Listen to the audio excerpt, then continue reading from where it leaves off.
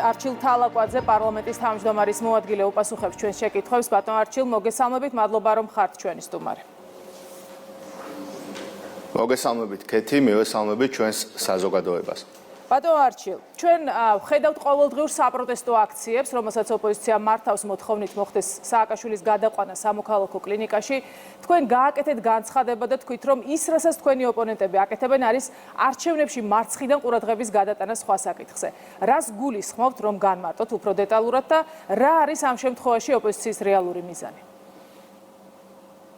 დიახ, სწორედ ასე მიმაჩნია, რომ რასაც ახლა თვალყურს ადევნებს საზოგადოება, ეს არის ოპოზიციის მცდელობა, განსაკუთრებით რადიკალური ბანაკის მცდელობა, რომ მუნიციპალურ არჩევნებში მარცხის შემდეგ ყურადღება გადაიტანონ სხვა რაღაც ხელოვნურად თუნდაც ემოციურ საკითხზე და ამ შემთხვევაში ეს გახლავთ მიხეილ სააკაშვილის ჯანმრთელობის მდგომარეობა, რომელსაც ყველანაირად პარტიული ტელევიზიებით, პარტიული პროდიუსერების გამოყენებით ყოველდღიურად უქმნიან ემოციურ ფონს და საზოგადოებას აჯერებენ, რომ თითქოს ხელისუფლებას ან ვინმეს ამ ქვეყანაში სურს რომელიმე პატიმარი გარდაიცვალოს შიმშილობის შედეგად. ეს არის სიცრუე და ვფიქრობ, თუ გავითვალისწინებთ ამას ვინ ამბობს, არის უსინდისობაც, იმიტომ რომ სწორედ იმ ხალხისგან გვესმის ეს კომენტარები, რომლებიც პირადად არიან პასუხისმგებლები, როგორც პოლიტიკურად, ასევე მათი თანაგუნდელების სამართლებრივადაც,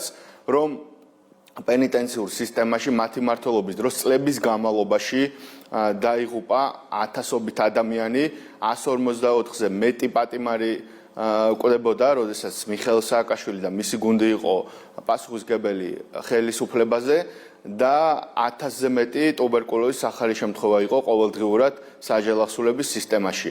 როდესაც ჩვენ ჩავიბარეთ ეს სისტემა, მე ზუსტად მახსოვს, რომ 10 ადამიანისთვის განკუთვნილ საკნებში 80-მდე პატიმარი იყო და ადამიანები ქამრებით იყვნენ მიმაგრებულები ღამღამობით საწოლებზე, რომ დაეძინათ, იმიტომ რომ უბრალოდ დასაწოლი ადგილიც არ იყო და ძალიან ბევრი ადამიანი გარდაიცვალა მაგ წლებში სწორედ სამედიცინო მომსახურების არ მიწოდების შეზღუდვის გამო, ძალადობის გამო და არადამიანური მოპყრობის გამო. დღეს ამ ხალხს, ამ ოპონენტებს ყოფნით სინდისი და იმ საკითხებზე გვაკრიტიკებდნენ, რისთვისაც ისინი ხელისუფლებიდან გაისტუმრა საზოგადოებამ. ამის საპირისპიროდ ჩვენ გავაკეთეთ პენიტენციური ჯანდაცვის რეფორმა, დავხურეთ ყველა ის დაწესებულება, სადაც ასეთი მოპყრობა ხდებოდა, ავაშენეთ ახალი დაწესებულებები, გავაკეთეთ ნორმალური სამოქალაქო სტანდარტის მქონე საავადმყოფო, სხვათა შორის, სადაც ახლა გახლავთ მიხეილ სააკაშვილი მოთავსებული, ეს არის მულტიპროფილური საავადმყოფო C კატეგორიის ხაზს უსვამ, რომელიც აკმაყოფილებს C კატეგორიის საავადმყოფოს იმ სტანდარტებს, რომელსაც სამოქალაქო საავადმყოფოები აკმაყოფილებენ. გარდა ამისა, თქვენ იცით, რომ სტრასბურგის სასამართლომ შუალედური გადაწყვეტილება მიიღო და მოუწოდა მიხეილ სააკაშვილს, რომ შეწყვიტოს შიმშილობა და დღემდე მიხეილ სააკაშვილი არ ასრულებს ამ გადაწყვეტილებას. რეალურად ის შიმშილობის როგორ ფორმას ირჩევს, ახლა ეს დღეს ჩვენ შორის სასაუბრო თემა არ არის, მაგრამ საზოგადოებამ ეს ინფორმაციაც ნახა საჯაროდ. რაც შეეხება სახელმწიფო უზრუნველყოფს ყველა იმ პირობას, რაც მოშიმშილე პატიმრის ჯანმრთელობის მდგომარეობის მონიტორინგს სჭირდება და მოგეხსენება თქვენ, რომ ჩვენ ამდენი დღეა უკვე ვსვამთ ერთ მარტივ კითხვას, რომ გვესმის ყოველდღიურად ის დაჟინებული მოთხოვნა პოლიტიკური ოპონენტების მხრიდან, მიხეილ სააკაშვილის თანაპარტიელების მხრიდან, რომ ისინი ამბობენ, რომ გადაიყვანეთ ამ მულტიპროფილური კლინიკიდან სხვა მულტიპროფილურ კლინიკაშიო სამოქალაქო სექტორშიო. ჩვენ გვაქვს მარტივი კითხვა, მთელ საზოგადოებას აქვს იგივე კითხვა. რა მაღალტექნოლოგიური სამედიცინო ჩარევა სჭირდება მიხეილ სააკაშვილს ახლა ისეთი, რის საფუძველზეც ეს ადამიანები, კიდევ ერთხელ ვამბობ, ოპოზიციონერი პოლიტიკოსები ასე დაჟინებით ითხოვენ ადამიანის გადაყვანას ერთი კლინიკიდან მეორე კლინიკაში. იმიტომ რომ ეს არ არის პოლიტიკოსების გადასაწყვეტი. ვერ მივიღეთ პასუხი.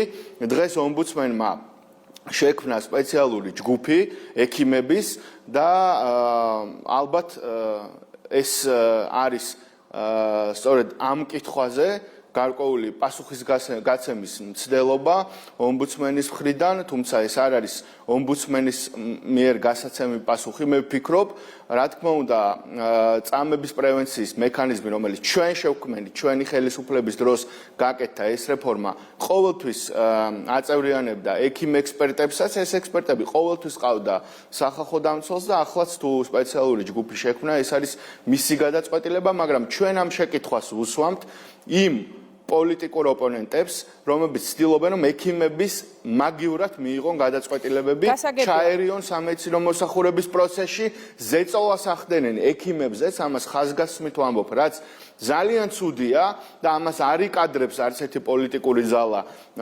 ევროპულ დემოკრატიაში, როდესაც ექიმებზე ახდენენ ზეწოლას და მათ პოლიტიზებას ახდენენ, როგორმე ექიმებს ათქმევინონ, ნუ ის რისი მოსმენას მათ სურთ. ეხლა რისი მოსმენას სურთ, მაგაზეც მინდა გითხრათ და შევაჯამო ეს პასუხი თქვენი შეკითხვის კვალდაკვალ. ჩვენს ერთ-ერთ კოლეგას, რომელიც ხდომებზე იშვიათად დადის და როდესაც დადის, სულ აურზაურს იწვევს ხოლმე პარლამენტში, გუშინ წინ პირდაპირ აქციაზე, საჯარო აქციაზე წამოწდა სიტყვები, რომ ჩვენო მიხეილ სააკაშვილი როგორმე ჯერ უნდა გადავიყვანოთ კლინიკაშიო და იქედან უნდა გავათავისუფლოთო. და მე პირადად კითხვის ნიშნები ზუსტად ამასთან დაკავშირებით ქონდა, ისევე როგორც ჩემს თანაგუნდელებს, რომ ეს მოთხოვნა გახლავთ არა სამედიცინო საჭიროება, არამედ გახლავთ პოლიტიკური ამოცანა და შესაბამისად ოპოზიცია ცდილობს, რომ მიხეილ სააკაშვილი თავისი ჯანმრთელობის საკითხებით გამოიყენოს პოლიტიკური ამოცანებისთვის. ალბათ ამის ნაწილიც იყო მისი ამ ფორმით ჩამოსვლა საქართველოში, სხვანაირად მე არ ვიცი, სატვირთო ავტომობილით, უკრაინის მოქალაქე, იქაური თანამდებობის პირი, რატომ უნდა ჩამოსულიყო რძის პროდუქტებთან ერთად ფარულად, თუ მას მართლა განზრახული ჰქონდა, რომ პოლიტიკურ პროცესში ჩართულიყო და თუნდაც მართლმსაჯულების წინაშე წამდგარიყო. დღემდე არ ვიცით ასევე კეთი რა არის მისი შიმშილობის მთავარი მოთხოვნა, მაგრამ სამაგიეროდ ხედავთ, რომ სხვა ადამიანები შიმშილობენ მისი შიმშილობის შესაწყვეტად. ნუ ესეც ალბათ იმ პოლიტიკური საბოტაჟის გაგრძელებაა, რომელიც საპარლამენტო არჩევნების შემდეგ ნახა საზოგადოებამ. მინდა კითხოთ აუცილებლად რა სიტყვის ეს ადამიანი როს შიმშილობს, ესეც გაუგებარია საზოგადოებისთვის. სტრასბურგის სასამართლოს განცხადებაზე მინდა კითხოთ პრეს-რელიზი, სადაც ნათქვამია, რომ მთავრობამ უნდა აცნობოს სააკაშვილის ამჟამინდელი ჯანმრთელობის მდგომარეობის შესახებ, უზრუნველყოს უსაფრთხოება ციხეში და უზრუნველყოს მისთვის შესაბამისი სამედიცინო დახმარება. ასევე ამ პრეს-რელიზში ნათქვამია, მაყურებლისთვის წავიკითხავ, რომ დროებითი შუალედური ზომები არის გადაუდებელი ზომები, რომლებიც გამოიყენება მხოლოდ მაშინ, როდესაც არსებობს გამოუსწორებელი ზიანის გარდაუვალი რისკი. რას ნიშნავს ეს განცხადება და რით განსხვავდება ის 10 ნოემბერს გამოქვეყნებული განცხადებისგან, რომელიც სააკაშვილის მხარდამჭერებმა თავიანთი სარჩელის დაკმაყოფილება დაღექვეს? მე ყურადღებით წავიკითხე, რა თქმა უნდა, ეს დოკუმენტიც შუალედური გადაწყვეტილებაც, საერთოდ სტრასბურგის გადაწყვეტილებებს ყოველთვის ყურადღებით ვადევნებთ ჩვენ თვალს და მინდა გითხრათ, რომ ჩვენ ვართ ის ხელისუფლება, რომელმაც შეძლო, რომ საქართველოს მოქალაქეების მიერ სტრასბურგის სასამართლოში შეტანილი საჩივრების რაოდენობა 60%-ით შეემცირებინა. სააკაშვილის მმართველობის დროს ათასობით საჩივარი ყოველწლიურად შედიოდა საქართველოს წინააღმდეგ საკუთარი მოქალაქეების მხრიდან, რაც ნიშნავს, რომ მოქალაქეები თავისივე სახელმწიფოში საკუთარ სამშობლოში ვერ პოულობდნენ სამართალს. ბევრი მათგანი, მე მახსოვს შემთხვევები, როცა საჯელახსოვრების სამინისტროში დავიწყე მუშაობა ხელისუფლების შეცვლის შემდეგ, მანამდე მუშაობდი სწორედ სახალხო დამცველის აპარატში ბატონ სოზარ სუბართან, კარგად მახსოვს, რომ იყო შემთხვევები კეთი, როდესაც სტრასბურგის სასამართლოს გადაწყვეტილებები იმ ადამიანების სიკვდილის მერე იყო მიღებული, ანუ მათ ვერც კი მოუსწრეს საკუთარ საქმეებთან დაკავშირებით სამართალს, თუმცა ის საქმეები ახსოვს ისტორიას და ძალიან კარგად იცის ეს სააკაშვილმაც და მისმა თანაგუნდელმა იურისტებმაც, რომელმაც ეს საქმეები წააგეს და სხვათა შორის საქართველოს საზოგადოებაზე ჩვენს ხალხს დაუჯდა 10,000-ობით ევრო კომპენსაციები ამ საქმეების წაგების გამო და ეს იყო ზუსტად მათი მმართველობის დროს. დღეს გვესმის ამ ხალხისგან იგივე რიტორიკა, რასაც თვითონ აკეთებდნენ, თუმცა სინამდვილე და რეალობა არის განსხვავებული. მაშინდელი ეგრეთ წოდებული რეზბალნიცა, აი ესეთი მეტსახელი ერქვა მაგ დაწესებულებას, ჩვენ აბსოლუტურად დავხურეთ იმ ფორმით, თლიანი მოდერნიზაცია გავუკეთეთ, აღჭურვა, დავაკომპლექტეთ სამედიცინო პერსონალით, საბაზისო აპარატურით, დღეს ის არის C კატეგორიის მულტიპროფილური კლინიკა.